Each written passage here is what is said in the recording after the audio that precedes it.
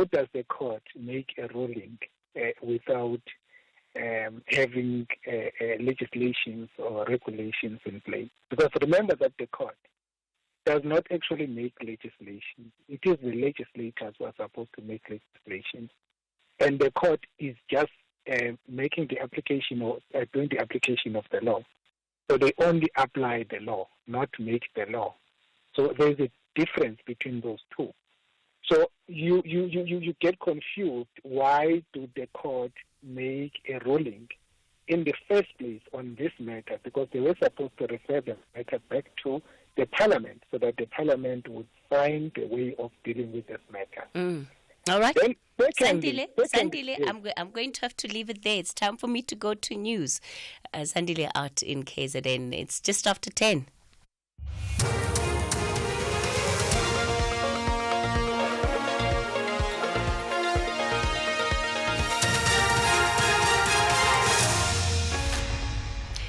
In our top stories, Public Protector's report on the Thabo Bester escape saga and predictions of a warmer summer in South Africa. Good morning. The National Commissioner of Correctional Services has 28 calendar days in which to submit an action plan to the Public Protector, Koleka Caleka. The plan relates to the implementation of an escape prevention strategy and guidelines for the Mangaung Correctional Centre in Bloemfontein. On Monday, Caleka released a report on the Thabo Bester saga.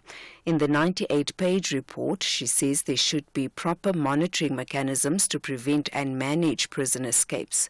Bester escaped from the then G4S run Correctional Centre in May 2022 through what is believed to have been the help of prison employees. A staged suicide was part of the escape. The former Public Protector Advocate Busisiwe Mkhwebane has described the Supreme Court of Appeal's decision to dismiss her appeal as a significant personal and professional setback. The court yesterday struck off the roll of Mkhwebane's application to appeal the judgment that led to her removal from office. The court also issued a costs ruling against her. Mkhwebane says she feels punished. On the face of it, it's like I'm being punished for exercising my rights, especially the FCA even saying I must pay the costs of the true counsel. I mean, it's like preventing me or, to pursue and exercise my rights which were violated. The South African Weather Service says it expects above average temperatures across the country this summer, with some heat waves looming. This follows recent sub-zero temperatures accompanied by snowfall, leading to road closures and loss of life in some provinces.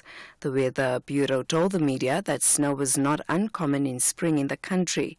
Climatologist Professor Francois Engelbrecht says while spring snow is not unusual, climate change is the source of recent extreme weather conditions.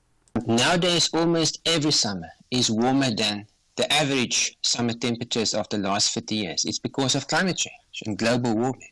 We are continuing to pump these greenhouse gases into the atmosphere. So nowadays, even a La Nina summer that usually brings lots of cloud cover is warmer than it's supposed to be. So the climate models are quite clear that it's going to be an above normal warm summer. And heat waves are becoming parts of our lives in Southern Africa because of climate change. We've always had heat waves, but nowadays when they occur, they are even more intense. They last longer. Prince Harry has arrived in Lesotho, where he and longtime friend Prince Eiso co-founded a charity. Prince Harry flew from London, where he attended the World Child Awards for little legends who are battling serious illnesses. Prior to that, Prince Harry was in New York attending various high-profile events connected with his charities. Our international editor, Sophie Mukwena, has the story. He visited Lesotho when he was young after the death of his mother. He formed a strong bond with Prince Eiso of Lesotho. They both launched a foundation called Sintibali. The foundation is aimed at helping orphans in Lesotho and now doing work in Botswana. Last night, he joined Prince Eiso during the dialogue around fire with young people. And finally, 120 people are to sue U.S. rapper Sean Diddy Combs for sexual assault, rape and sexual exploitation. Texas-based lawyer Tony Busby says some of the alleged victims include people who were abused when they were as young as 9 years old. Erica Wolf, a lawyer representing Combs, says the musician emphatically and categorically denies the allegations. She says the allegations are false and defamatory. The legal action is the latest against Combs. Recapping the top story, the National Commission of Correctional Services has 28 calendar days in which to submit an action plan to the Public Protector, Koleka Kaleka. The plan relates to the implementation of an escape prevention strategy and guidelines for the Mangaung Correctional Centre in Bloemfontein. For SFM News, I am Anne Musa. When self-made billionaire Wilton Knight rescues police detective Lieutenant Michael Long after a near-fatal shot to the face, he gives him a new identity and a new name, Michael Knight. Paired with the unique Knight Industries 2000 aka kit, they are brought in during situations where direct action might provide the only feasible solution. Kusazo Shuba and Michael Knight and Kit are ready to rise to the occasion. Channel your best retro with Knight Rider, weekdays at 12 p.m. only on S3.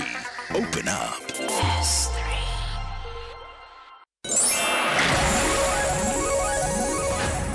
Win your share of 50,000 Rand when you play Winning at Live with OneLife. Don't forget to enter on our website, safm.co.za.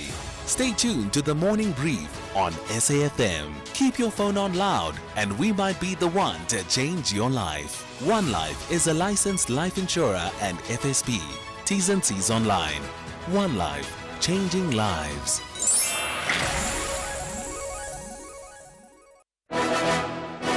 Weeknights on S3 are anything but ordinary.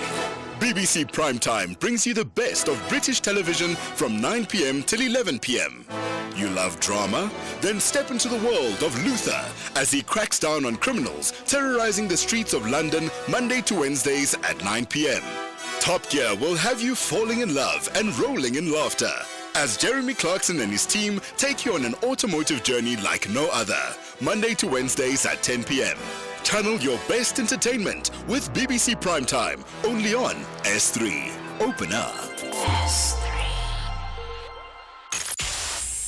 The Talking Point with Cathy Mohlahlana. Weekdays, 9 a.m. till midday. You're listening to The Talking Point, 8 after 10 o'clock. Welcome to the second hour of the show. Coming up in this hour for Citizens Corner, we're going to look at the drug problem, in particular the use of drug mules in trying to smuggle illicit substances through different parts of the world, really, and the role of South Africa as one of the transit countries that is targeted by criminals and these drug syndicates. We'll also look at why it is we see such a growing number of young women being recruited into being drug mules. That's the conversation over the next hour. Before we get into it, your WhatsApp voice notes from the open line. This is Cathy, good morning.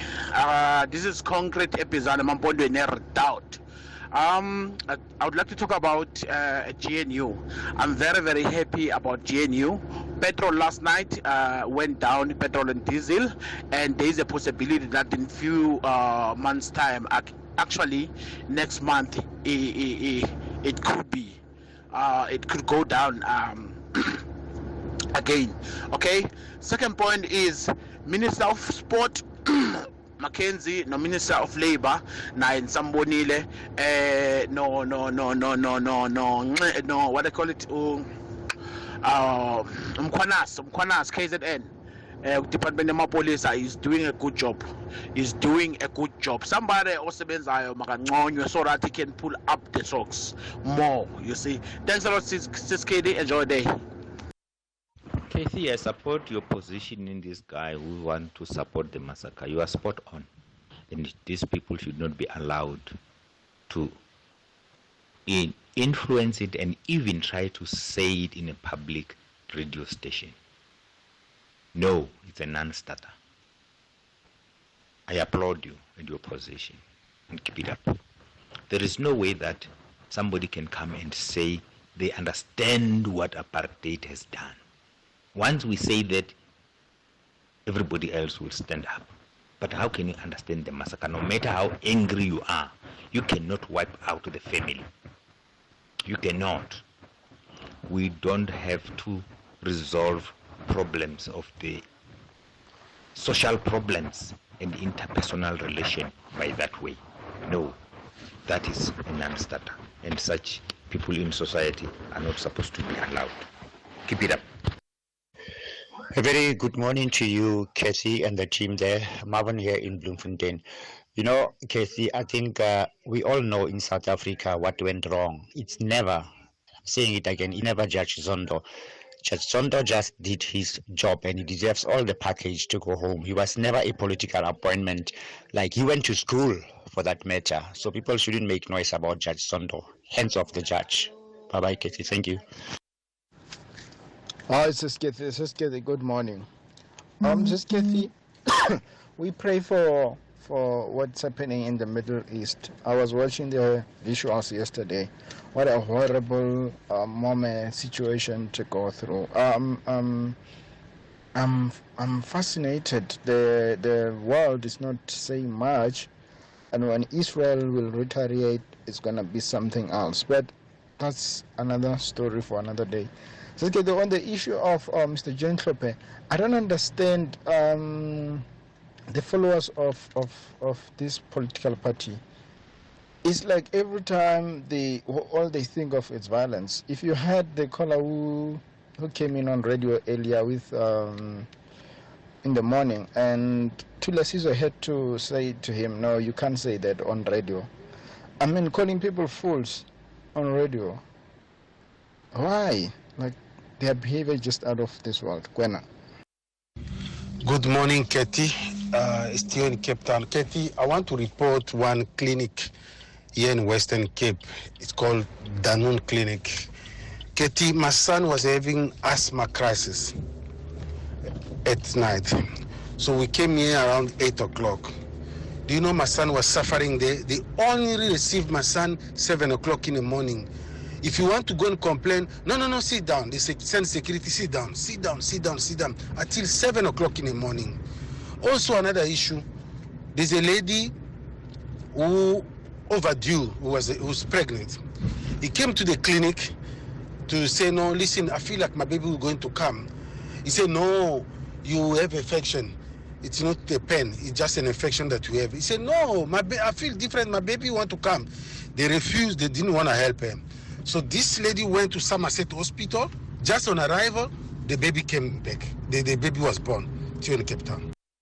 #SAFM Talking Point. Masanda Wane ladies want to rubber stamp their authority with maximum points to stay on the summit. The Copper Belt ladies want to fight with all they have to move away from the bottom half. This is the Hollywood Bet Super League.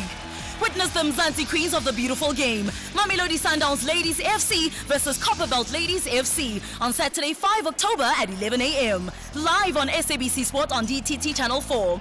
Also available everywhere for everyone, always on SABC Plus and SABCSport.com. Proudly brought to you by SABC Sport. For the love of the game. It's time to crown Miss World South Africa 2024. Tune in to S3 this Saturday, the 5th of October at 8 p.m. as Miss World South Africa 2024 takes center stage on S3. This year's pageant will be taking place live at the Sun City Super Bowl with tickets available at Quicket. Channel Your Inner Star with the 2024 Miss World South Africa finale this Saturday, the 5th of October at 8:30 p.m. only on S3. Open up.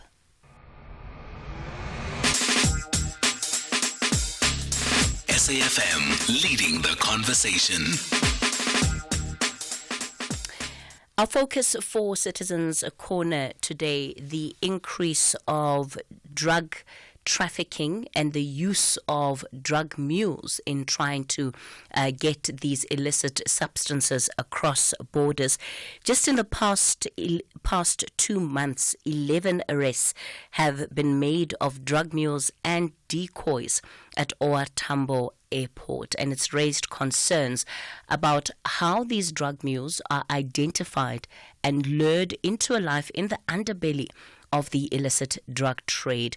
For this hour, we'll be looking at the social implications of this problem and how it is that we can make communities more vigilant. We also look at the policies that we need to be implementing, the interventions that we need, especially where victims are concerned, and often the challenges that these victims face when they have to come home. And I guess victims there is used quite loosely, because one can choose to see some of these drug mules as victims of crime syndicates, or even as criminals themselves for participating in what they should know is illegal behavior.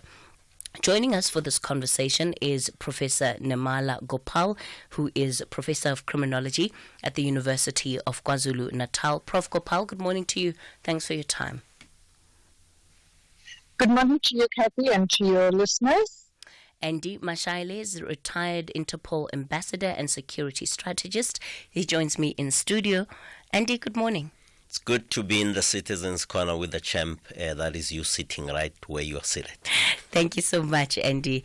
Glory Matipile is an ambassador for Youth for Human Rights in Africa and founder of Bagaiba South Africa, which is an NGO that looks at policies, particularly within international prisoner transfer. Glory, good morning to you. Good morning to you and to all the listeners.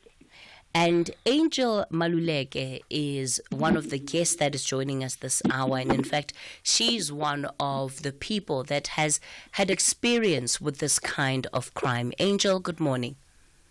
Morning, ma'am, and how are you doing? I'm well, thank you. Thank you. So, Angel, I want to begin this conversation with you. You are somebody that has found themselves as a victim. I think your case, of course, is different in that you were arrested with illegal substances, but of course you weren't aware that these illegal substances had been put in your bag. Tell us what happened. Okay, what happened is I will take you back. I was on leave. It was 2017 August. I was on leave. And then I had a friend called Mercedes Louis Mara. And then that guy is a gay. That's why I will call him she, because we were very close. And then he used to have a salon there by Bruma, where he was selling different types of hair. And then he was someone that was telling me that we need to go to Brazil to buy hair. And remember that on August, I had money. I saved a lot of money because we were supposed to go together to Brazil. But I never know what she planned for me. You know, sometimes we trust people that we're not supposed to trust. And then it happened that we go to Brazil together. But the thing that happened, because it was my first time to take a flight to travel abroad, I didn't know exactly what to do. Then she told me that she will take another flight because she's going to Rio de Janeiro. Myself, I have to use another flight that is going to take me to Sao Paulo. And I do remember she gave me the information of the guy that is going to collect me to the hotel, where she's going to find me to that hotel. And then I trusted him so much. I never thought of something like he can be a drug dealer. I'm sorry, I'm calling him she because he's a gay. We're very close. That's fine. You can do that, Angel. There's nothing wrong, especially if those are the pronouns that she prefers. You can continue. Okay. Thank you.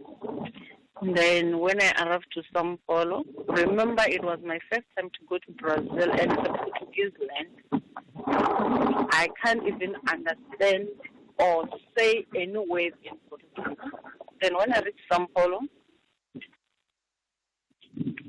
I showed someone the address, but I have to translate because remember, there they don't speak English. And then the guy helped me to get the Uber to go to the hotel. But when I reached that hotel, then I tried to translate. I explained everything by translate. Then they said they don't know this guy named John.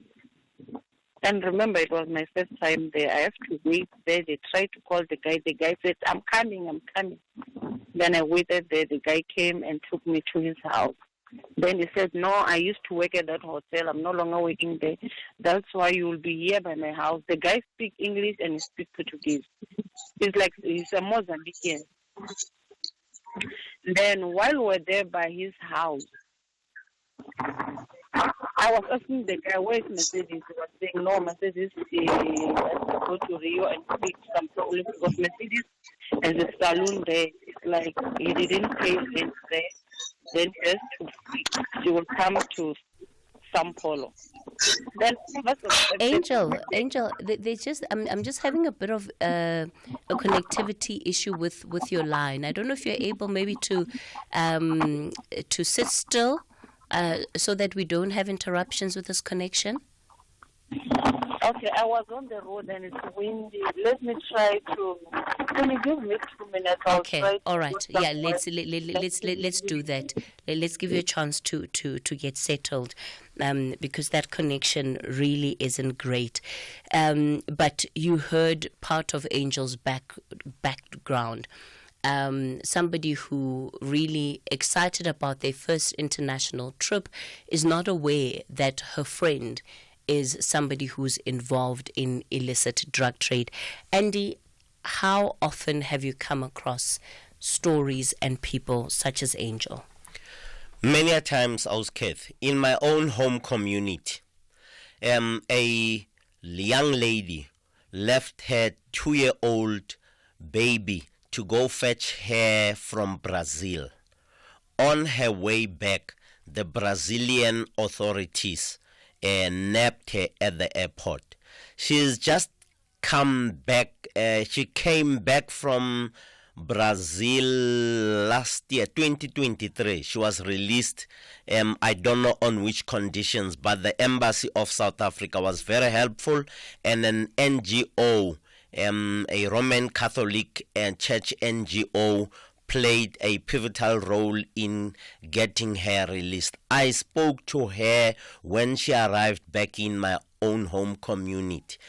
I was shocked, and I was disgusted, and I was angry with a particular person that lured that young girl into the mouth of a lion, meaning the drug dealers and the transnational organized crime syndicates, on the pretext that she's going to make herself some big money.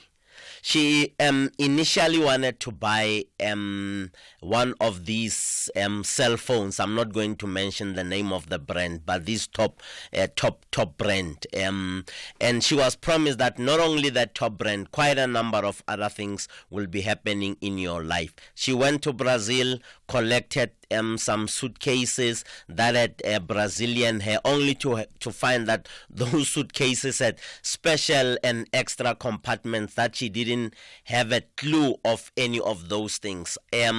She was arrested. She served some time. It's not only her. One from my own community again was arrested some time back in OR Tambo. She was going out of the country, I am assuming, based on the facts of the situation and the evidence that was presented. She was taking drugs out of South Africa. She used to play for Bafana, Banyana, yes. So the stories that you hear of people who really hoodwink our young sisters are heartbreaking. And I just want to say to those who hoodwinked those young ladies, your time is coming. Law enforcement agencies across the world, working hand in glove with the South African policing services, will definitely find you. All right, we're going to continue in a moment. Angel, I understand that you are back in the house. Good morning again. Morning, ma'am. Yes. So you were telling us, Angel, about how you are then at this house with this man that you don't know. You're waiting for your friend to arrive in Sao Paulo. What then, if you can try and round up the events briefly for me, to explain how you ultimately got to the point of being arrested? Okay, ma'am. Then the time I was there by that house with the guy, remember, I was on that country, I can't even speak their language. I was so stranded. And then I remember Mercedes called me, and then he said, no, I'm busy at Rio, blah, blah, blah, just trying to blind me. But the thing that I was surprised, when he talked with the guy, he would say, don't speak English, fala Portuguese, because he knows that I don't understand that language. And then I felt uncomfortable. I told the guy, no, I can't be here. Can you please find me a place where I'm going to be safe? Because when you communicate with Mercedes, it's like you need your own privacy. It's where the guy took me to another hotel. But it's like a guest house. And then he told me that Mercedes will come there. I waited there. I remember I went there Friday. I was there by that guest house, Saturday, Sunday, Monday. And then on Tuesday, the guy said to me, we need to go out just for enjoyment, because he's supposed to come back on Thursday. And then he came and picked me. We go to the beach.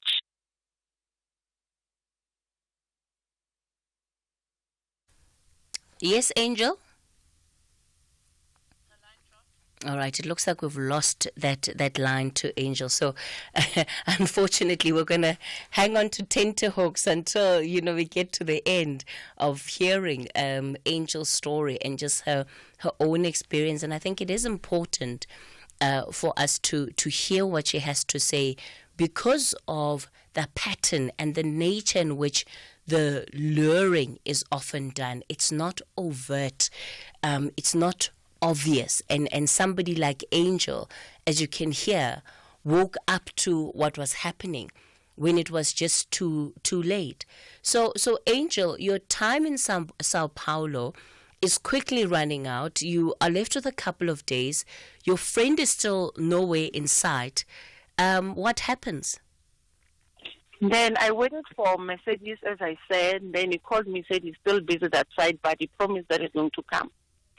But John, his friend, he came and picked me. We went to the beach. It's where I met someone, her name called Linda. And I used to see her at Mercedes Salon. As I told you, that Mercedes has a salon there by Roma.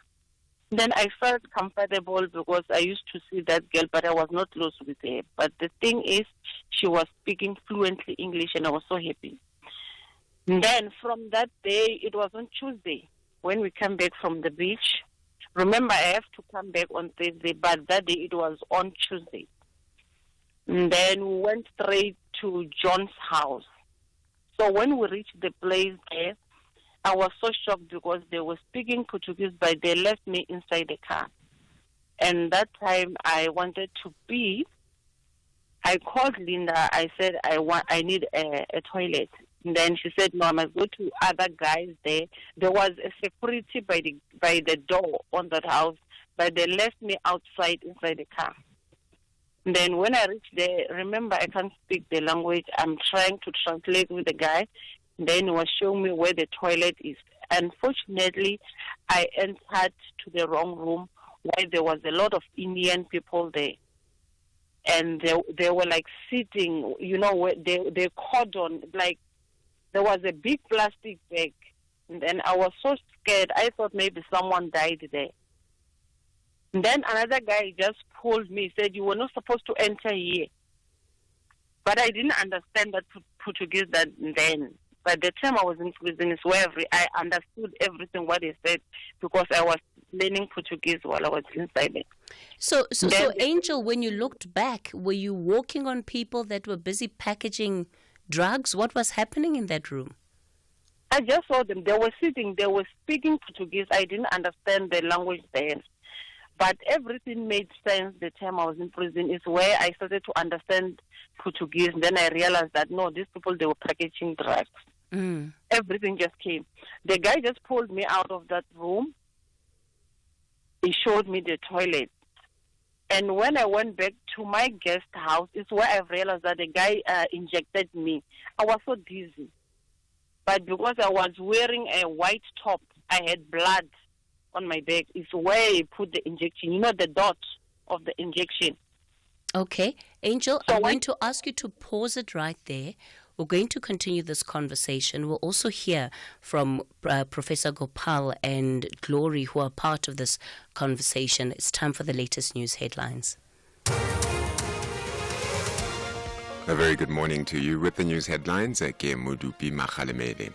Various political parties and civil society organizations have gathered outside the Polokwane Regional Court in Limpopo, where 3 men accused of killing 2 women are expected to apply for bail.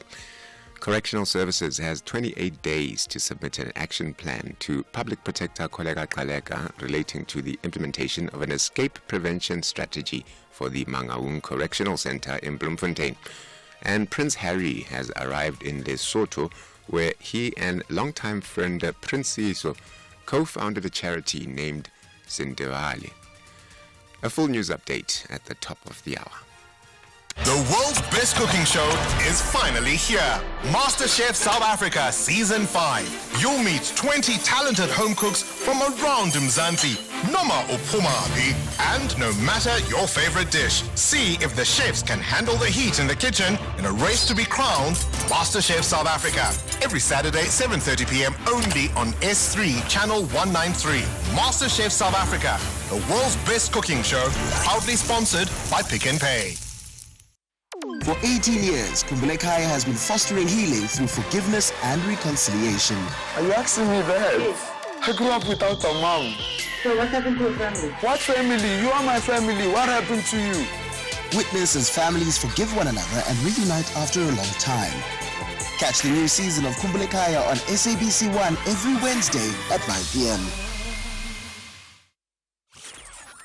SAFM.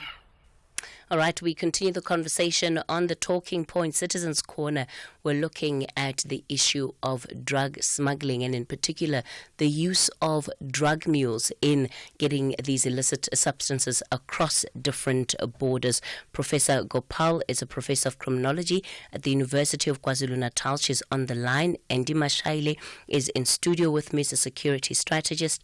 Glory Madipile is an ambassador for Youth for Human Rights in Africa. And Angel Maluleke is a victim of this crime that we are talking about today.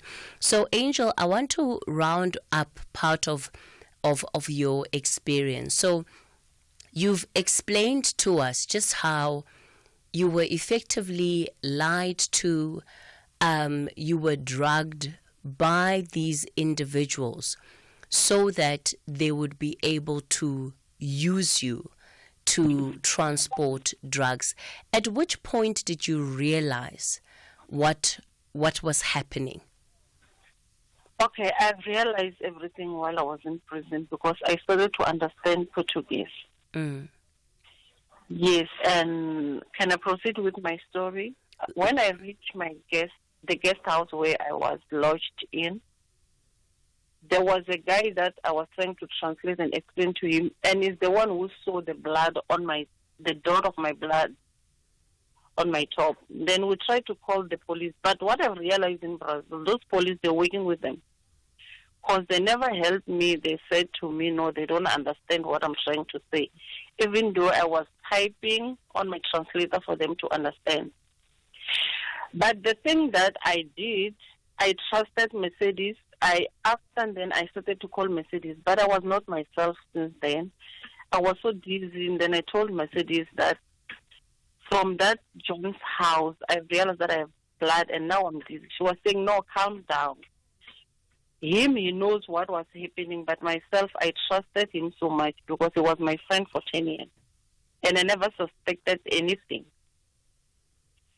And then it was Tuesday, remember, and then Wednesday, that girl, Linda, the one that I told you that I met her at the beach, She came to where I lodged in, then she said, no, I must take her she's doing shopping. I don't know, maybe they were trying to investigate me if I know something. And I never had clue. Then I told him, I said, no, man, it's like there was someone that was dead there. Because I never thought that it was drugs or someone, because that they used the big black plastic to cover the inside the room. So I was busy on that story because I was still shocked. But when I was with Linda, I felt comfortable because she was speaking English. Then went to the place where she was buying clothes. Then it was Wednesday. Then she was buying clothes because on Thursday, even her, she had to come back to South Africa. Then I felt comfortable. It was on Wednesday. So on Thursday in the morning, John Mercedes called me. He said to me, my friend, I won't manage to come there, remember, because I have to take some of my stuff to Rio, and there are my hair products that I gave it to John. Then John will give you my bag. Please come back with that bag because I have to book to check in 2 traveling bags, and you have 1. I was having a small bag. I never even suspected. Then I said, okay, but you must tell John to bring that bag earlier in the morning because by 12, I need to be at airport. Remember, I bought hair already. So I was carrying my small bag with the hair inside. So John came in the morning with that Mercedes bag, the one that they arrested me with. And then while we were on the way to go to Guarulhos airport, I was so shocked, but I never even suspected anything. John was like, he stopped the car. He said, no, my car doesn't want to move, so which means I'm not going to take you to airport, but I'll call an Uber for you to take you to airport. Then I said, what is the problem? He said, don't worry, I will pay the Uber and everything. And then he called an Uber, the Uber take me to airport. And remember, before I took the Uber, John, I said, okay, you're going to meet someone there by the airport. He has something for Mercedes. I said, okay, but how can the person going to know me? I didn't know. And then I took an Uber. When I reached airport, when I come out of that Uber, the guy came to me. He said, no, Mercedes called me. You must give this key. It was a small key to Mercedes. And then I was asking myself, how does this person knows me? Then I asked the guy, how did you know me? No, John sent me your picture. It's like they were speculating, as I told you, that they used me as a decoy. And I was so dizzy, I was not myself. Then I checked in while I was inside the flight. I was so shocked when the police, they came with my picture. That same clothes that I'm wearing, saying that we need this lady. Sure. Then I tried to explain to them, yes, it's me. They said, no, we must check your bag. And then I said, yes, I can understand. I'm a police officer. That bag doesn't belong to me. Someone just brought the bag. It's for Mercedes, and I have messages here. It's where they were so happy, like they are going to arrest a police officer. And I was trying to tell them the truth. They just arrested me like that. They never even gave me a chance to explain. I was claiming this. I was drugged. They thought maybe I swallowed drugs, and I wasn't. It's just that since they dragged me on Tuesday, I was not myself. Sure. What a story. Professor Gopal, let me bring you in here. I mean, why is it that we see that women are often the target in such crimes? So, Cathy, before I even get to that, to answering that question, I'd like to quickly reflect on Angel's experience and start by saying that it was really sad that she had to have this traumatic ordeal. And to add to the fact that what happened to Angel is a textbook case of how profiling and recruitment of drug mules usually take place. So to come back to your question, why women? So I think women, because they are less likely to be suspected of drug trafficking in the first instance. Women are, and of course, even when we talk about women as drug traffickers or drug mules, there's a particular profile that would fit this woman.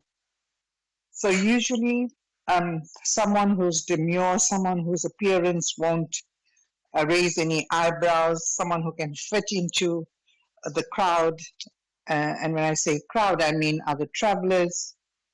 So their demure nature is unlikely to raise any suspicions that they are drug mules.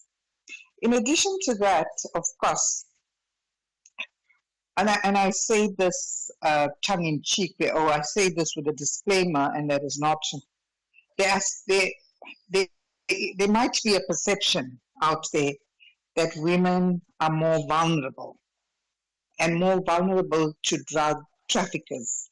It might be a perception, it might be true, but I'm not sure if we have enough empirical evidence to show that correlation.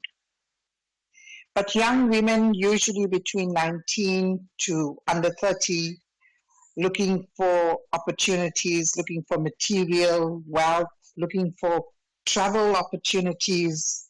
So these are the kind of factors that a potential recruiter will look for when they recruit young women especially.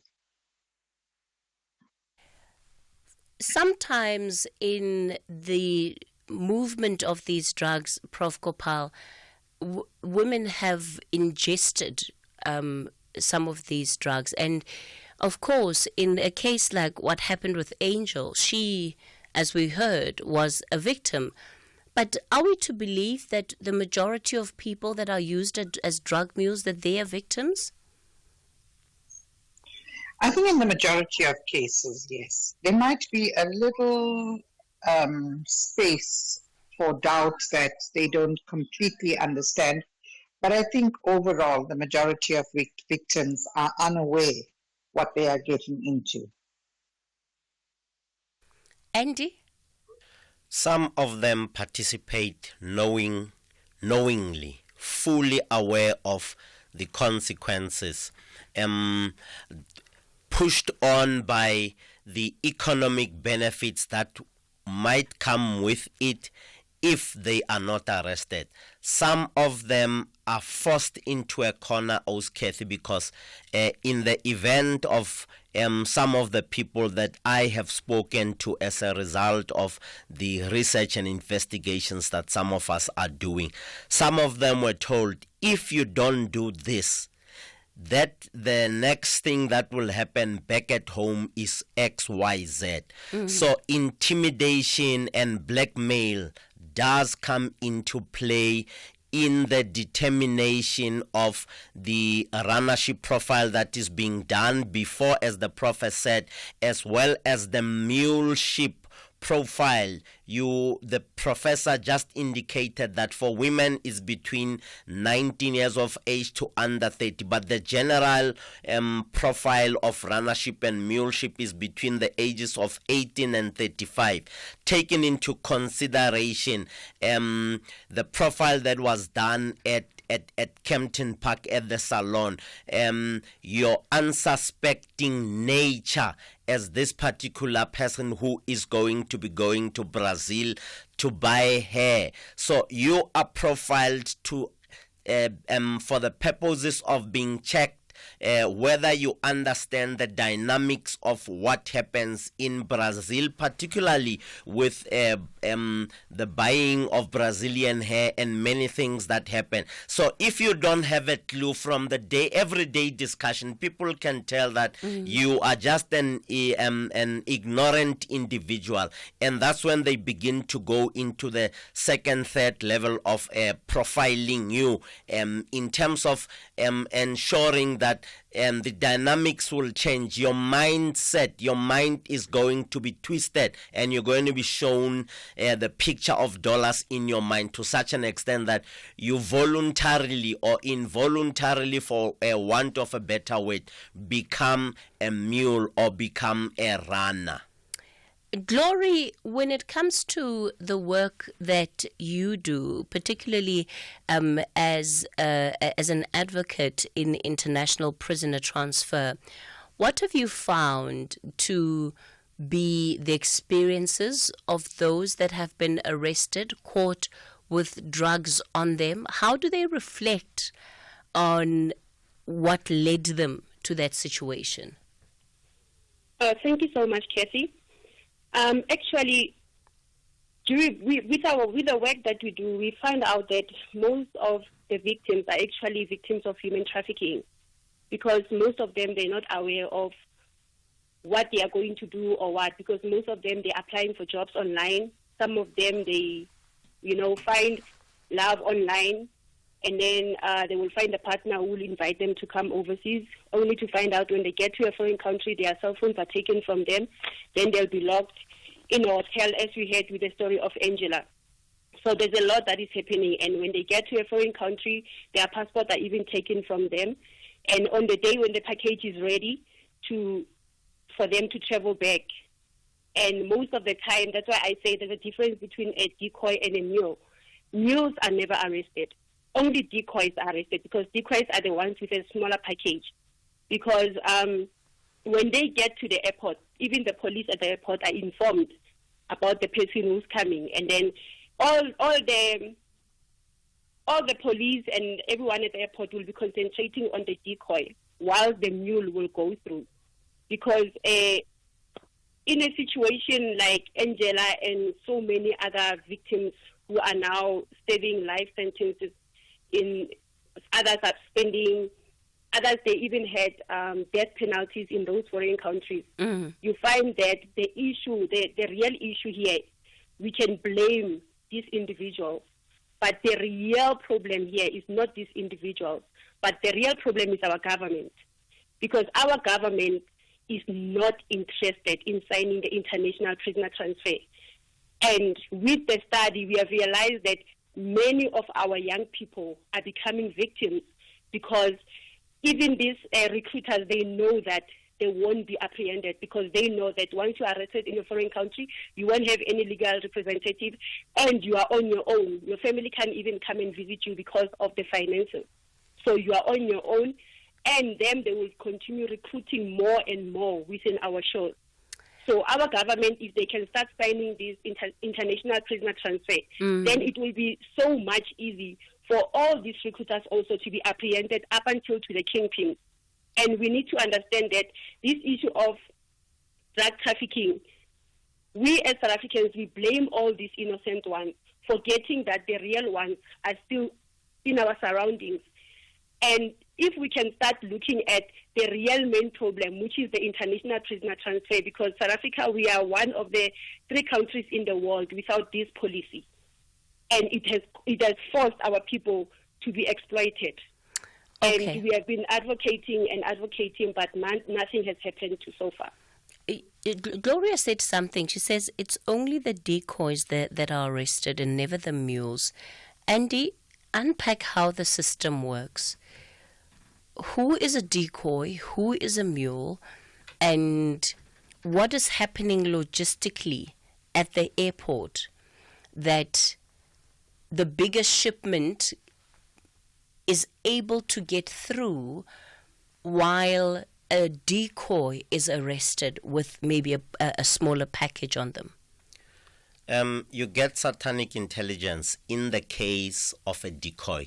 You get satanic intelligence. Yes, satanic intelligence would be intelligence that has been designed to make sure that Cathy or Andy gets arrested.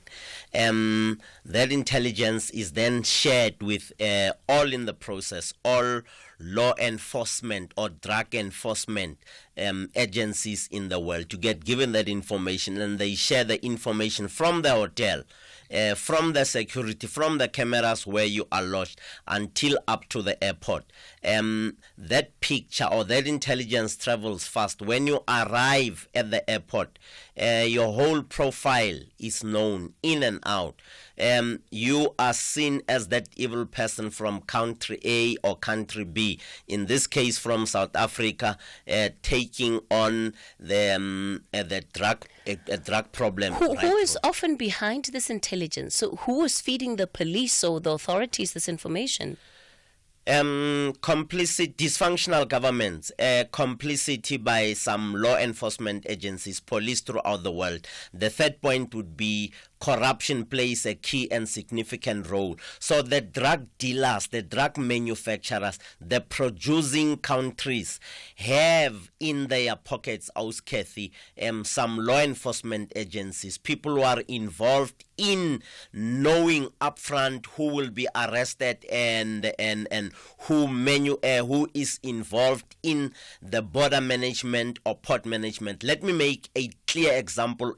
In Italy, you have an organization called 'Ndrangheta. They own judges, they own prosecutors, they own law enforcement agents, they own quite a number of the people who are supposed to be stopping the process or disrupting the supply chains. When you are in that space, they will know upfront what will be happening, and they will be selling the decoy whilst a huge consignment goes through after the arrest of that individual. Cathy, when a drug mule or a decoy is arrested, the whole focus of the border or border management or port management, law enforcement agencies or security establishment focuses on this individual. It becomes top news. It runs fast at OR Tambo. And the drug mule by then has passed on by because of, once again, corruption, having it paid some individuals right at OR Tambo. The drugs are confiscated. This is the year 2016. The drugs are confiscated and they are kept in the containment area. Some of those police officers who were involved in the retrieval of those drugs, some of those police officers steal the drugs in the containment areas, meaning they knew they might have benefited before, and stealing them and reselling them continues to add value to them. So, Cathy, that's how it operates. Professor Gopal, this idea of the decoys being used to defocus the attention of the authorities at the airports, there isn't a time where, at least I've experienced, where I have gone through security check and I've been told, no, don't worry, you can just pass through because our officers are too busy with a suspected, drug discovery elsewhere. So how does it actually happen in real terms? I'm struggling to make sense of it. So Cathy, first of all, to say that, the way in which Andy explains it is exactly what the reality is. When we think about a decoy, it means that we're using, it's almost like someone in lieu of something else. So you're replacing where the attention should actually be. So in terms of, I think that your experiences is quite unusual, where they are, where border control officials would say to you they are busy with a drug bust or whatever. No, I'm saying saying that I've never experienced that. So the idea that the entire focus. So if there's somebody else that is going through security checks and they have a bigger consignment of drugs on them, surely they would equally be picked up. Well, like Andy said, it depends on the intelligence that they have. So sometimes most of the time, I think he correctly points out that they work on information that they've already received, so prior information. The one who's carrying the bigger consignment, and in the instance where the one with the smaller assignment is being attended to, might or might not be apprehended. It's just, I think, whether it's their lucky day or not. But Cathy, in addition to that, just to say that besides drugs coming through the airports or through air travel, we have bigger consignments that come through the sea. And I think that's where it is even more complex and more complicated, the amount of drugs that we actually find coming into our country, particularly South Africa, because South Africa is seen as a very good transit point, given our strategic geographical location, etc. So unfortunately, it's very complex, and it's also very sad given the fact that, especially women are chosen and they are actually sacrificed, because as Andy points out, the intelligence is already received at the receiving airport, and they know exactly who to look out for, and they would, usually there's a consignment of police officers who will come directly to the person or will even get onto the flight and pull the people out because they have all of the information. In the meantime, these are totally unsuspecting individuals. In most of the cases, they are totally unsuspecting individuals. Does this include even for those that have injected the drug bullets? I think they call them bullets sometimes. Yes, it might not necessarily be for them, but of course I don't have evidence to say which, the numbers, etc. I mean, they could even be told that whatever they are injecting or ingesting, they might not be told that it is illegal substances. But also out of desperation, as Andy has already mentioned, there's coercion. If you don't comply, then we will, execute your family.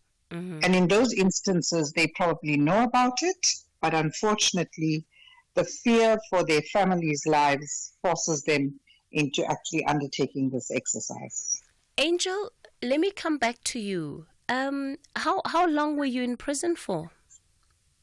I stayed in prison for 8 months because they were investigating. You know what I love about Brazil? They do investigation before they sentence the person. And then it happened that they never even charged me with trafficking. They charged me with privilegiado, which means I was carrying something that I was unaware of. Is what the judge said, because they're supposed to check my phones when I communicated with someone to come and pick up drugs. That whole experience must have changed your whole life, Angel.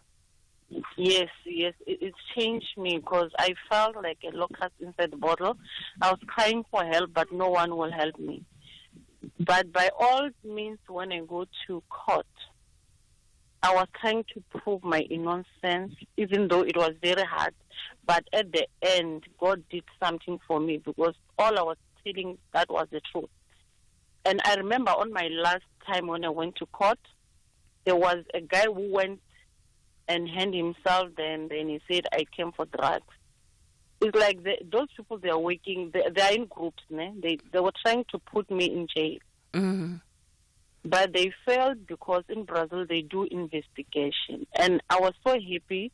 I thought maybe when I come back to South Africa, they will give me a hearing time to listen to what happened. But no, when I came back, everything, I was like fired just like that. But that is life. I have learned something, and I'm hoping that other people, they have learned. Yeah, Angel, that's life. Let me thank you so much for sharing your story. Glory, let me give you the last word here. Oh, thank you so much, Cathy.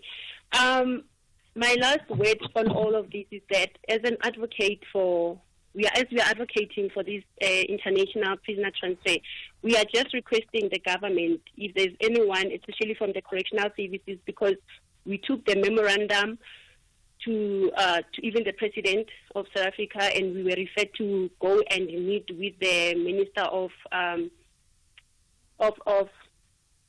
Correctional Services, because they are the ones who are dealing with foreigners in our prisons. And to date, we are still waiting for them as to when are they going to sign the policy, because the policy is already there in the United Nations. It's just for them to go and adopt it. and then we can implement it in South Africa and get our South Africans back in the South African prisons, and we transfer back the foreigners into their prisons, whereby families can be able to go and visit their loved ones within South African prisons. And also because it is our right as individuals in South Africa, and for us also to enjoy this policy because it's there. And also justice can be served, especially for victims like Angela and many others. Because as it is, the country like Mauritius is ready to sign this policy.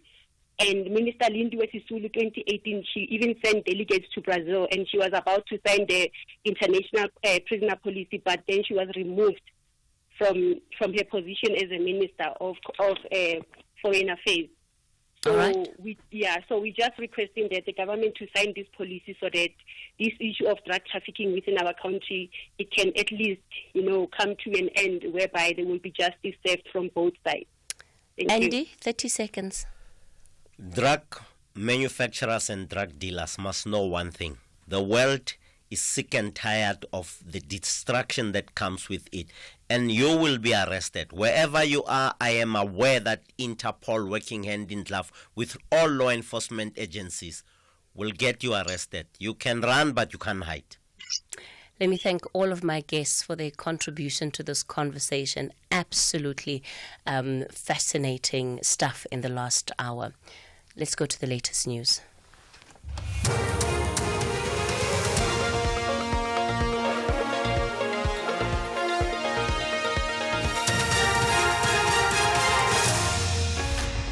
The top stories this hour: the Pigsty Farm murder case is back in court, and Britain's Prince Harry is in Lesotho.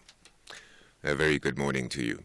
Political parties and civil society organizations have gathered outside the Polokwane Regional Court in Limpopo, where 3 men accused of killing 2 women are expected to apply for bail. They're accused of gunning down Maria Makhato and Gudzain Ndlovu, whose decomposed remains were found in a pigsty on a farm in Onverwacht outside Polokwane last month. A man who was with the women was shot and wounded. The accused, Zakaria Olivier, Rudolf de Wet and William Musora, are facing charges of murder, attempted murder, as well as the possession of unlicensed firearms and ammunition. Musora, a Zimbabwean national, is facing an additional charge of contravening the Immigration Act. The EFF's Mulatelo Mahlarisa says they want justice to be served. As the economic freedom fighters, we came here today again to oppose bail for these murderers. We will always come and give support to the family and the communities that the perpetrators must rot in jail. They must never be given bail, because what they've done was never done in South Africa. Community Safety MEC Violet Matia is among the people attending the bail application. She says her department is responsible for ensuring that communities are safe. Even today, there is a court case here in Polokwane whereby 3 suspects will be making a bail application, and we will be there to support the families. We are also busy with a lot of campaigns that everything that you see as a sign of criminal activities, report to the police. We might not have enough numbers of police, but they will be there. They might not have enough resources, but we encourage them to use what they have. If there is only 1 police vehicle at the police station, they must use it for the community. Correctional Services has 28 days to submit an action plan to the Public Protector relating to the implementation of an escape prevention strategy for the Mangaung Correctional Centre in Bloemfontein. On Monday, Public Protector Kollega Kalega released a report on the Thabo Bester saga. In the 98-page report, she says that there should be proper monitoring mechanisms to prevent and manage prison escapes. Bester escaped from the then G4S-run Correctional Centre in May 2022 through what is believed to have been the help of prison employees. A staged suicide was part of the escape. Prince Harry has arrived in Lesotho, where he and longtime friend Prince Seiso co-founded a charity named Sintebale. Prince Harry flew from London, where he attended the Well Child Awards for little legends who are battling serious illness. Prior to that, he was in New York attending various high-profile events connected with his charities. Sophie Mukwena has more. He visited Lesotho when he was young after the death of his mother. He formed a strong bond with Prince Seiso of Lesotho. They both launched a foundation called Sintibali. The foundation is aimed at helping orphans in Lesotho and now doing work in Botswana. Last night, he joined Prince Seiso during the dialogue around fire with young people. And Hezbollah says it has clashed with Israeli troops in the town of Oraise, while in the capital Beirut, Israel carried out more airstrikes overnight. The rising tension only causes long-standing fears that Israel's war in Gaza will eventually lead to an all-out war across the region. The UN Security Council has called an emergency meeting today to address the spiraling conflict. This comes amid global calls for restraint and a step back from escalation. Lebanon's Environment Minister Nasser Yassin says Israel's attacks violate international law. There's no discrimination in the way the Israelis are doing it between civilian and non-civilian.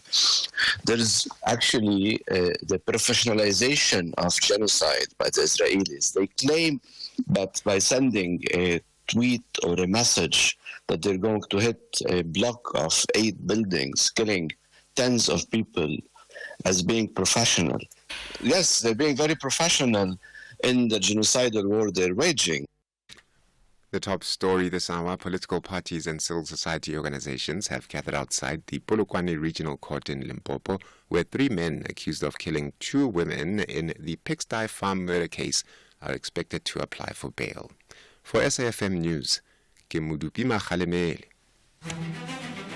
When self-made billionaire Wilton Knight rescues police detective Lieutenant Michael Long after a near-fatal shot to the face, he gives him a new identity and a new name, Michael Knight. Paired with the unique Knight Industries 2000 aka kit, they are brought in during situations where direct action might provide the only feasible solution. Kusazo Shuba and Michael Knight and Kit are ready to rise to the occasion. Channel your best retro with Knight Rider, weekdays at 12 p.m. only on S3. Open up. S3. The world's best cooking show is finally here. MasterChef South Africa Season 5. You'll meet 20 talented home cooks from around Mzansi, noma uphumapi, and no matter your favorite dish. See if the chefs can handle the heat in the kitchen in a race to be crowned MasterChef South Africa. Every Saturday, 7:30 p.m. only on S3 Channel 193. MasterChef South Africa, the world's best cooking show, proudly sponsored by Pick n Pay. It's time to crown Miss World South Africa 2024. Tune in to S3 this Saturday on the 5th of October at 8 p.m. as Miss World South Africa takes center stage. This year's pageant will be taking place live at the Sun City Super Bowl with tickets available at Quicket. Channel your inner star with the 2024 Miss World South Africa finale this Saturday, the 5th of October at 8:30 p.m. only on S3. Open up. The Market Update, Monday to Thursday, 6 to 7 p.m. Want to stay ahead of the financial game? Join us tonight from 6 to 7 p.m. for an insightful journey through the day's market developments, financial updates, and investment news. Tune in for your daily dose of financial intelligence as we navigate the twists and turns of the financial landscape with expert insights. Only on the SAFM Market Update. SAFM Market Update with Jimmy Muyaha.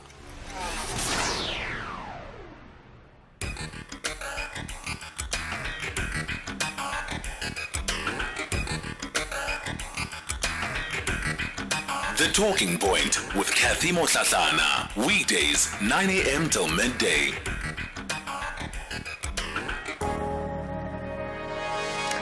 Welcome to the final hour of The Talking Point.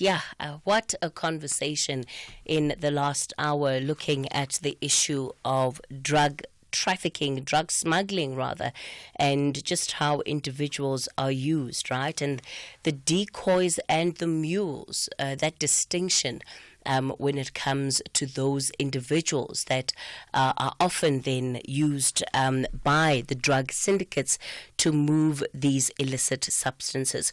I certainly did not know that the majority of people who are arrested for these drug-related crimes are actually known as decoys, and that the actual mules are the ones that get away with the crime. It's certainly been a learning for me coming out of that conversation today.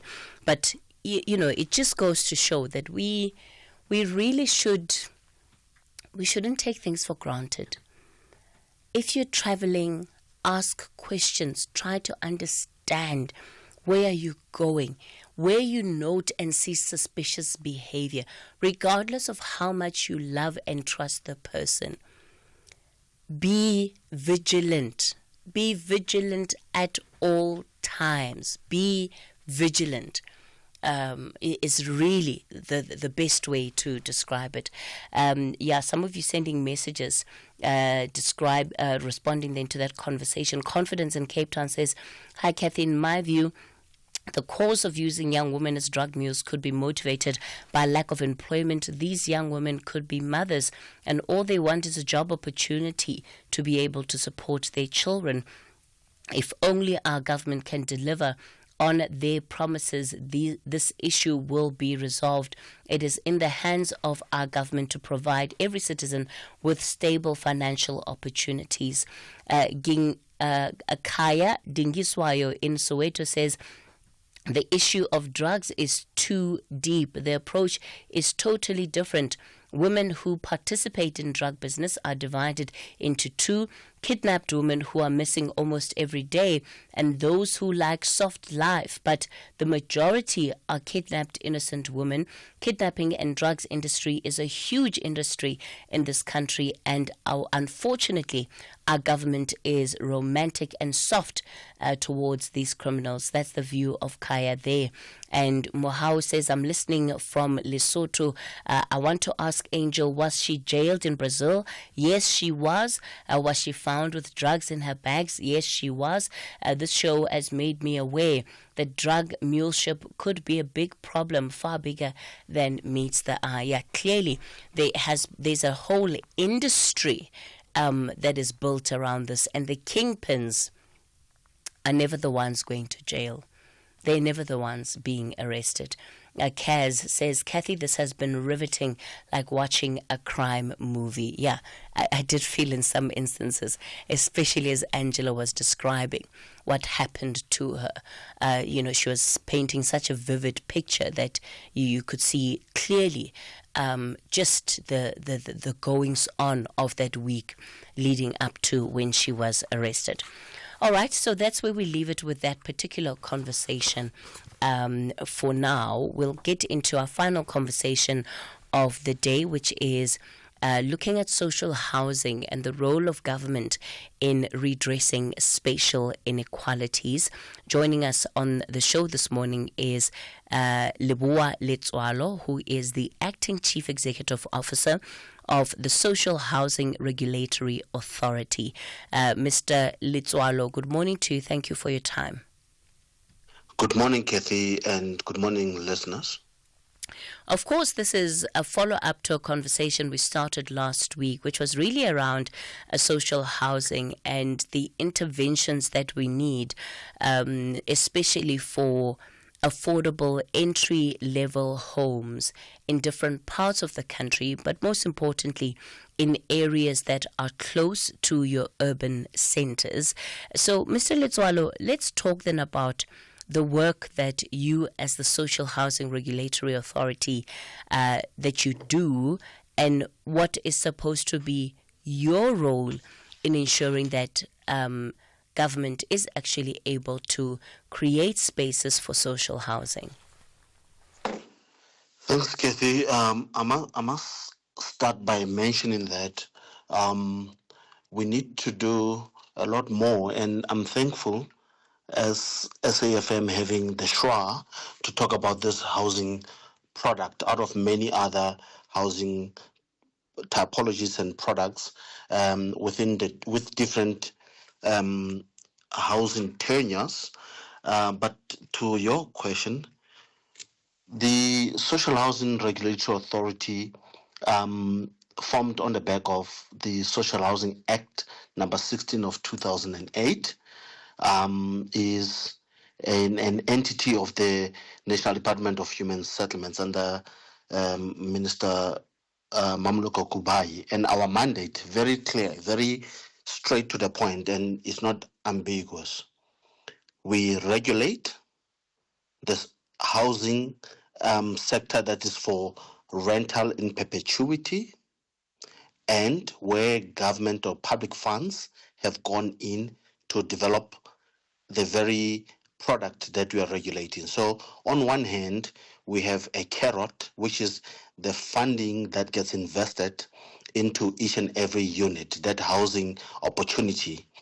And on the other hand, we have a stick where we then regulate the product where government funds have gone in to ensure that an accredited social housing institution or delivery agent performs its function, which, among others, is to ensure that it builds quality houses, of course, on the back of the SHWA being present, together with other stakeholders, which we'll talk about later on. Quality housing that is affordable in good, well-located areas across South Africa, and to ensure that there's rent collection. Very important to mention this and emphasize on it, Cathy, for the benefit of the listeners. It is not for ownership, it's for rental. There could be changes with policy as we go along about the ownership of this product that we're building. But for now, as per the Act, is for rental in perpetuity and is for people who are earning between 1,850 right up to 22,000 rand household income per month, such that government puts in 60 to 70% of the grant funding to ensure development of that product, and a successful applicant to develop social housing will then have to put in the skin in the game and go solicit debt and equity facilities to make the project totally and fully bankable, and they report to the SHWA on a quarterly basis on the funding, the revenue collection, the maintenance and upkeep of the stock, and who have they housed inside those completed units in line with the Social Housing Act, amongst many other responsibilities as part of our mandate. So when it comes to the targets that are set, what is the role of the regulatory authority in making sure that government is living up to its commitment? So if a municipality, let's say, says, look, we want to build 2,000 houses before the end of a financial year, how does the regulatory authority get involved in ensuring that that actually happens? So you're speaking about what we have been preoccupied with over the last 2 months or thereabout, since the formation of the 7th administration, where the minister and the department have asked us, SHWA, with the resources that we've allocated to you, how many houses can you build? And we've given the minister a target of 15,000 housing units in the current political term. So loosely put, we want to deliver 3,000 social housing units on an annual basis. Of course, we can only work within the resources and the capabilities that we are given by the National Department of Human Settlements to be able to scale up. But as we speak right now, ours is to then say, Minister, we think with the experience and the trends that we've developed in the past, and the resources within our hands, we can give you 15,000 units in the 5-year term, spread across all the 9 provinces. And of course, Cathy and listeners would have an appreciation of how many units we can deliver in a specific province is dependent on internal and external migration, Gauteng being the largest gobbler of our resources due to what everybody knows. Everyone comes into Gauteng for economic opportunities, but we also need to spread the investment to even a smaller province such as the Northern Cape, wherein we want to ensure that there's affordable rental housing in Limpopo, Mpumalanga, Northwest, and the Free State, where in the past we haven't really invested a lot in those provinces, and ours is to make sure that there's an equitable spread of our investment. So how do your processes work? So a Cathy sitting in Bloemfontein, for example, will then say, there's a piece of land, of course, Cathy being a developer or an aspirant landlord, will say, I can see that there's a housing demand in a specific area, and it is within what is termed the restructuring zone as gazetted by the minister, not anyone else, but the minister, with the input of the municipality and the province, motivating for a restructuring zone to be gazetted. The restructuring zone, which is an area or a locality within a municipal area where we want to ensure racial integration, economic participation and activity, and inclusivity in what we are building as a social housing product. Cathy, I need to mention this. Very important that social housing is not the panacea of housing in South Africa, but it is but one of the housing products to house South Africans. Now, the most important thing is that as part of the decision making in gazetting or motivating for the gazetting of social housing is the two I've just mentioned: economic activity, racial integration, and access to public amenities. That's number one. Number two, that aspirant developer or landlord will then have to put together a package, a project that meets the social housing minimum investment criteria, such as your housing low-income earners, 1,850 to 22,000 rand household income, to ensure that you have access to a piece of land, to ensure that you have your skin in the game, as in the top-up funding 30 to 40% of the total development cost, and to ensure that you are meeting the restructuring zone deliverables or the expectations, as I've mentioned: economic activity, racial integration, and access to public amenities.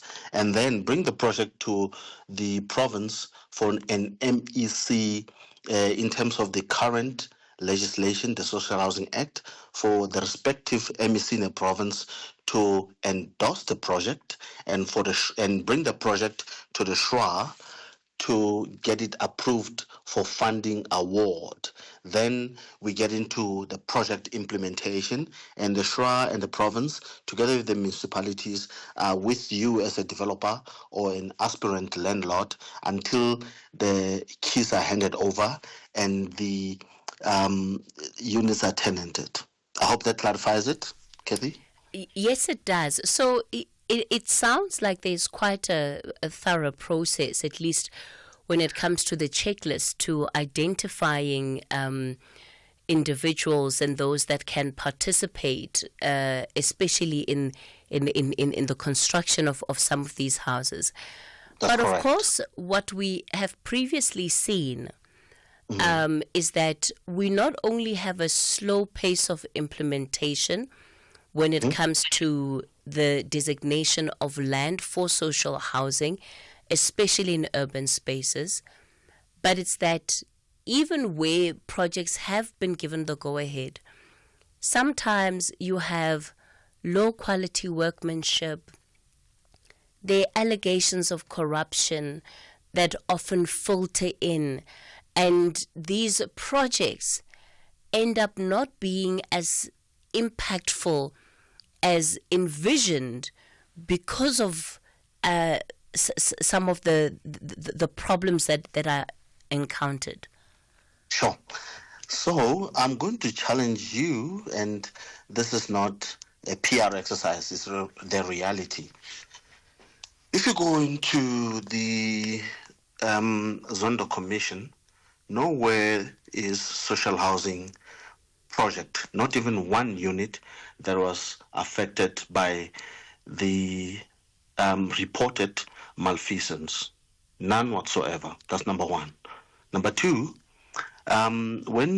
if there are any issues of low, poor quality workmanship or product, I can challenge you right now that there's no way that the National Home Building Regulatory Council would have certified and approved a single unit being habitable. So would the respective municipalities having issued the occupancy certificate. So, Cathy, I'm going to. The point that I'm raising, Leboa, and it's great that you were not mentioned anyway in state capture. But look at this case of what happened with Sondela Village just last year, and the issues that emanated out of that. It's an example of sometimes what can happen in the administration of these projects, and that's what I'm pointing to. Okay. At least you are pointed, and I'm glad you're raising Sondela. So, Cathy and listeners, Sondela is but one of few. Just to give you the lay of the land, we are managing 56 live contracts. And this number keeps on increasing as we approve more and more. Out of the 56 contracts, we have plus minus 8 projects that are projects with challenges. And these challenges do differ. Let me go to Sondela. So just before I go to Sondela, 8 out of 56 is not a bad performance. Of course, any project that comes with this kind of challenges or gets to attract negative perception, etc., is not good. Ours is to have 100% compliant projects to house South Africans. Sondela is just but one bad blue eye on our face due to incompetence and maladministration at a completed project level, where a landlord that had the benefit of public funds ended up not doing or meeting the compliance requirements, and the SHRA, being a responsible regulator, went on seeing seeing what could have gone wrong, instituted a forensic investigation. When the report came out with unsavory outcomes, we then took that forensic report to the court, because we are a responsible regulator. The Social Housing Act, Section 12 of the Social Housing Act, allows us, where we see cases of maladministration such as Sondela, to go to the court to ask and plead to that court that so and so has happened. We're now asking that we take over the administration and the affairs of that asset, and the court understood and agreed to our prayers. Hence, we put that asset under administration. As we speak, we have also gone on to get the court on a separate matter to allow us to evict the vagrants and the hijackers or people who wanted to hijack the building, and they've since been kicked out. We've put in security to protect public funds, and as we speak, we are putting together an expression of interest to get other interested parties to take over the management of that asset for public good. It is not lost. Yeah. Mr. Letswalo, we're going to continue the conversation shortly. It's 11:30. Time for the latest headlines. Thank you very much, Cathy. And with the news headlines, good morning. Political parties and civil society organizations have gathered outside the Polokwane Regional Court in Limpopo, where 3 men accused of killing 2 women in the Pigsty Farm murder case are expected to apply for bail. DA member of the Gauteng legislature, Ellen Fuchs, has lamented the slow pace of reducing the housing backlog in the province. And the Rwandan Health Ministry has announced new measures to tackle the country's first known outbreak of the Marburg virus. Those are your headlines. Our full news update at 12. The Talking Point with Cathy Mohlahlana. Weekdays, 9 a.m. till midday. We're in conversation with the acting CEO of the Social Housing Regulatory Authorities, Leboa Letswalo, and it's really focusing on the issue of social housing and what interventions and plans are being put in place to ensure that we do facilitate greater allocations of social housing, especially entry-level affordable homes for South Africans. So you've heard from Mr. Letswalo, and I guess, Mr. Letswalo, what I didn't want to do is to get tied up with the projects where there have been issues. But the point I was making to you is that there are instances where projects are being delayed because of issues of corruption and, quality of workmanship, etc., etc. And how then are you, as the regulatory authority, responding to this in as far as the long-term effect of it is that people who would have envisioned being able to live at a particular place at a particular time, of course, are no longer able to do that. And this affects their lives. That's right. So, Cathy, before I get to your question, I need to dismiss this very urgently, please. I know it's very easy in South Africa to mention corruption anywhere and everywhere, but I can tell you right now, not under the current ministry and our council, our board, that there's been any reported corruption at a project level.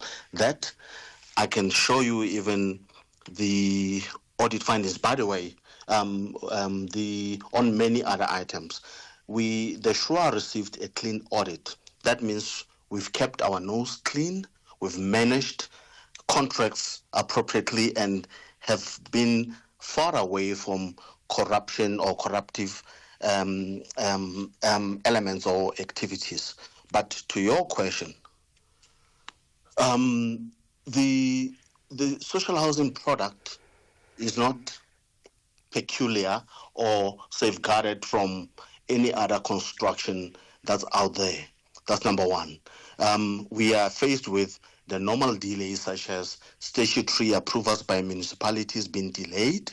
Even post-COVID, we are still experiencing the delays in building plan approval, town planning processing, etc. And that is beyond the SHUA's reach. It is within the municipalities' responsibilities, as it is the case. Number two, the social housing being a developmental program where a Cathy, together with other aspirant landlords, can come to the SHUA and say, SHUA, We want you to assist us to be landlords, not talking, but doing the actual growing the industrialization of the previously disadvantaged individuals, etc., and will help you until you score that goal. And we've proven this before. But what that comes with, a Cathy and Leboa who have never built a single toilet in their lives would end up battling to attract debt funding. That takes longer. It delays project delivery. That's number one. Number two, as well, over and above the municipal statutory approvals being delayed, which is not in our control. Number two, we still experience the construction mafia activities that delays the delivery of our units at pace and scale, over and above many other issues. So these are real facts that affect social housing delivery. All right. Let me go to Cape Town. Mudau, good morning. Morning, Cathy. Yes. Yes, I can hear about this housing. Yes, I will listen to your show, which is nice. Yesterday, I was talking to somebody complaining about the Franschhoek, that there was promises about the housing.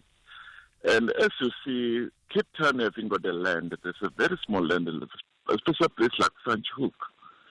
And then they've got a small land. How can they demand the land when the place like that? Because most of the farmers, which they plant grapes and so on. There's not enough land. Even if you go like this, like Kylie, Chad, those other side, you find our people from Eastern Cape. They come, they farming goats, cattle. You find them walking around N2. There's no land. What they do about things like that? Because if we have to do farming, we have to stay in inland, Limpopo, wherever, Eastern Cape. There's not enough land here. And then you guys are still promising people houses where there's no land. And now going to blame DA that DA do apartheid in Western Cape. There's no land. Okay, Mudau, thanks for that view. Leboa? So, Mudau is right to some extent.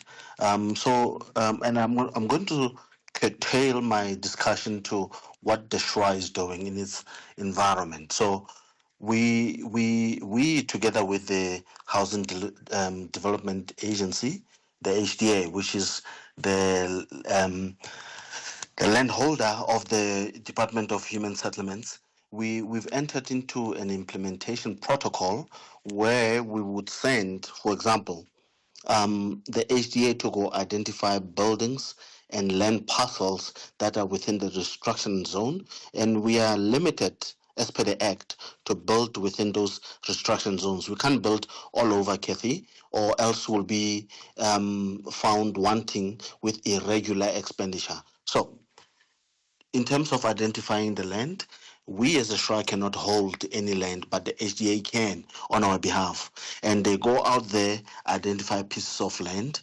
Right now, as we speak, in provinces where we've not done well, such as the Northern Cape, there are 2 land parcels that the HDA has identified for us, and it's for us to now go into collaboration with the province and the Sol Plaatje municipality.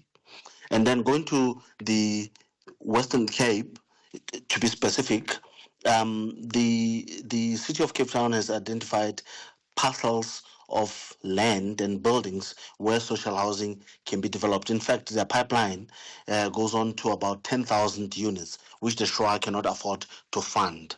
Going to the Eastern Cape, as Mudau mentioned, we've battled really in the Eastern Cape, such as Mpumalanga, as an example, along the following lines. A land that can be identified by an aspirant applicant or landlord may be outside the restriction zone, may be without bulk services, bulk engineering services, your water, sewer, etc., that carries the actual development. And we cannot we can ill afford to develop where there aren't those supporting services. Now, before we can invest a cent, we need that respective municipality to do its part in terms of the Social Housing Act roles and obligations to cities and municipalities to put in bulk services first. So we caught in between here, Cathy. We caught in between, and I can tell you, for the little puppy that we are, we really are fighting hard to make sure that we house South Africans. Oh, I need to mention, as we speak right now, we have plus minus 49,000 units under regulation. That number could double or triple. And of course, as I mentioned earlier, what does that mean? What does that mean? So it's all the houses that we've built over the years since the establishment of the Social Housing Act and formation of the Social Housing Regulatory Authority. All those houses that government has built, or any unit that is for rental that has enjoyed the benefit of public funds, it is under our regulation and it reports to the SHRA on its rent collection. Who have they housed? What is the rental increase per year? And what is the equity build-up for further investment into the social housing and more projects, etc.? Yeah. Okay. All right. Let me bring in the voices of our listeners with these voice notes. A very good morning to Cathy, your production team, and your guest. Look, I might not have had you and your guests from the beginning of the conversation, but I mean, 15,000 units in 5 years across all 9 provinces, that is far from delivery.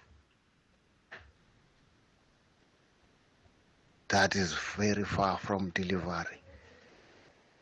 Bearing in mind how big is the province alone. I thank you. Good morning, Cathy.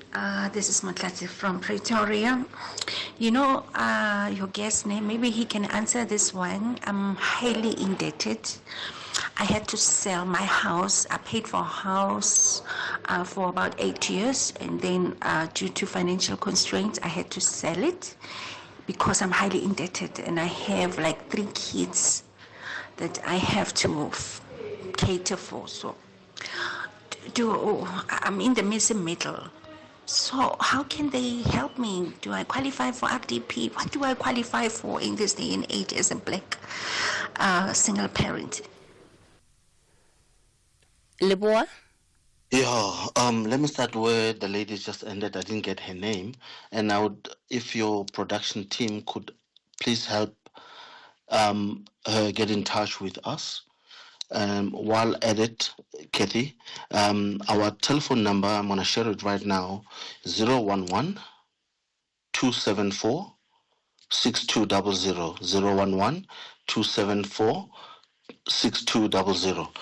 In Pretoria, we have many projects, social housing, rental houses, and opportunities for the such as your listener, where she can be accommodated, and we will continue to build more in Pretoria.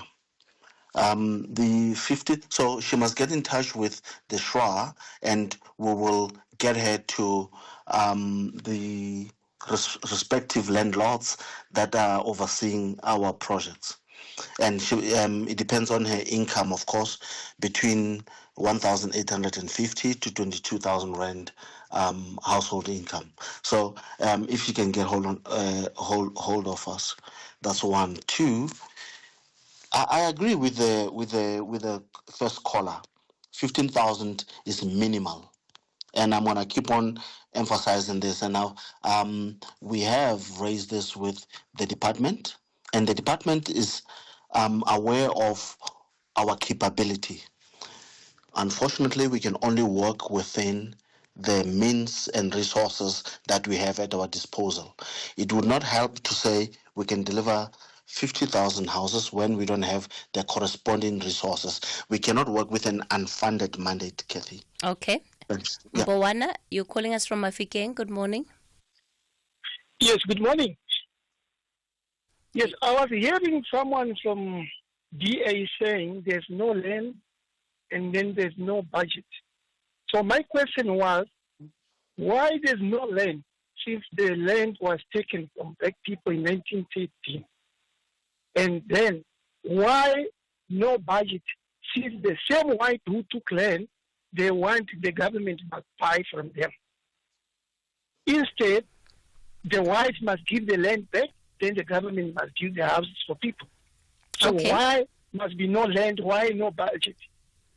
Look, and Mbowana, the reality is that there have been some, serious contestation around allocations when it comes to the city of Cape Town, in particular for social housing. Some of those matters have ended up in court. And, I wonder, from the perspective of the Social Housing Regulatory Authority, to what extent is it within your mandate to also push for municipalities to ensure that they at least have a minimum that they are meeting when it comes to creating social housing?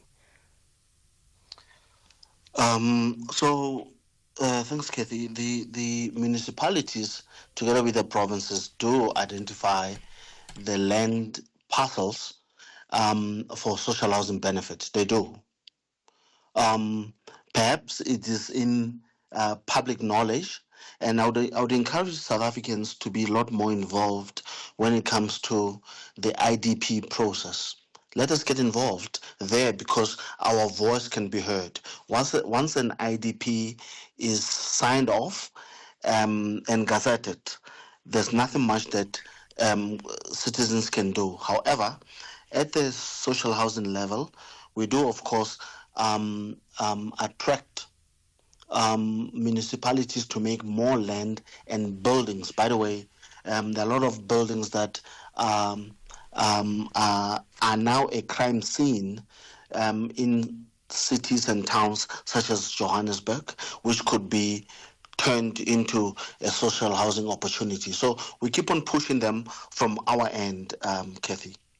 Leboa Letswalo is the acting CEO of the Social Housing Regulatory Authority. That's where we leave it on the talking point for today. The show back with you again tomorrow between 9 and midday. Weeknights on S3 are anything but ordinary. BBC Primetime brings you the best of British television from 9 p.m. till 11 p.m. Open your mind to Life on Death Row, Thursdays at 9 p.m. and Resistance in a Hostile Environment, a 3-part documentary showcasing turning points which would go on to define race relations in the UK for a generation. Thursdays at 10 p.m. Wind down your weeknights with The Outlaws, Fridays at 9 p.m. and explore the world's most dangerous roads at 10 p.m. Channel your best entertainment with BBC Primetime, only on S3. Open up. S3.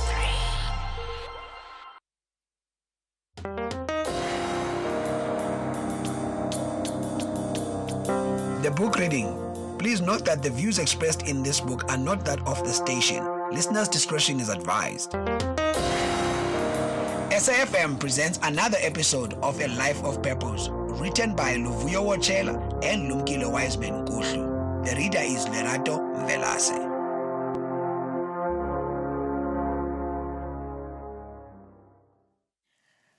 By 1990, when the political climate was rapidly changing, he again became active politically in the PAC and started addressing rallies as well as attending public meetings throughout the country. Most of his activities linked UNITRA to the processes of transforming South Africa, and he refused to be confined by the location of the university in a homeland. He also continued to recruit good academics, as reflected by the appointment of Jeff Peers for a professorship in history from Rhodes University, John Mandlagayise Hlophe for law from Cambridge, and Dr. Gilingwe Mayende for sociology. These appointments were made between 1989 and 1991. But the challenge of running a university with mounting demands on developmental issues during a swiftly changing political environment took its toll during 1990. Fortunately, Wiseman had a capable personal assistant in Jeanette Tate, who had known him since he was Van der Merwe's deputy. Jeanette also had deep knowledge and experience of Umtata, as well as UNITRA, invaluable resources during 1990 when Wiseman's office was very busy. For much of 1990, he balanced the running of the university with his political rekindling, as well as practical involvement in developmental ventures, meeting political colleagues whom he had first met years ago on Robben Island and the Victor Vesta prisons was always exciting. At the time, he also felt that the PAC philosophy still held some appeal, particularly the views of one human race, of Africa belonging to Africans, and the Africans taking charge of their destiny. It was, however, difficult to sustain political activism for long, especially since he had developed a more pragmatic approach over the years. Moreover, he was impressed by the ANC leadership he had met in Lusaka. With the beginning of political campaigning, he was almost certain that the ANC had a better plan and vision to make a difference in a democratic South Africa.